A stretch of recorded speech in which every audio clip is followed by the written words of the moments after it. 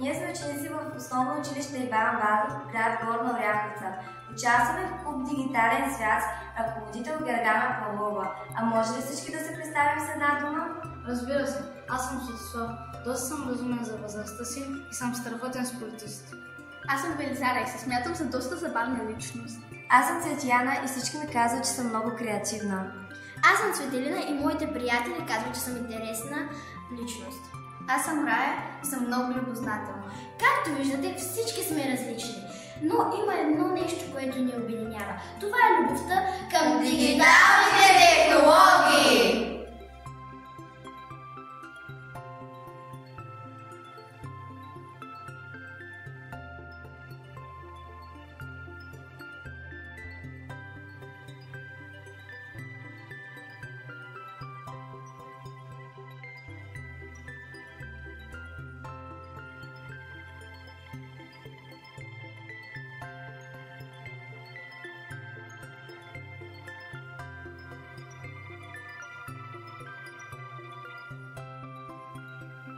Целта на Дигиталния музей в училище е да събира и представя всички проекти, разработки или творби на ученици.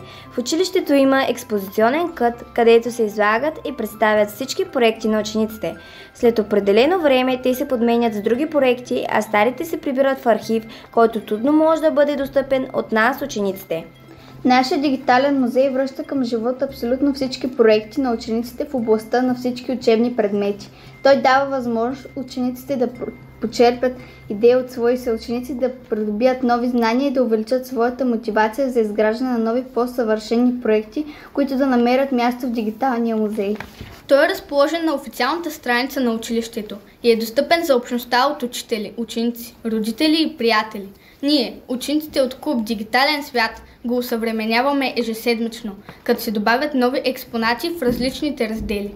Нашите учители с огромно желание ни помагат в това начинание. Нашата цел е всички проекти, които учениците разработват в училището, да бъдат представени в училищния дигитален музей.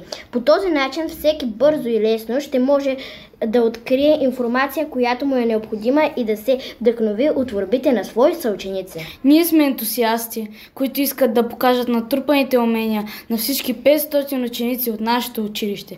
В нашия дигитален музей проектите на всички оживяват, биват четени, предпочитани и споделяни.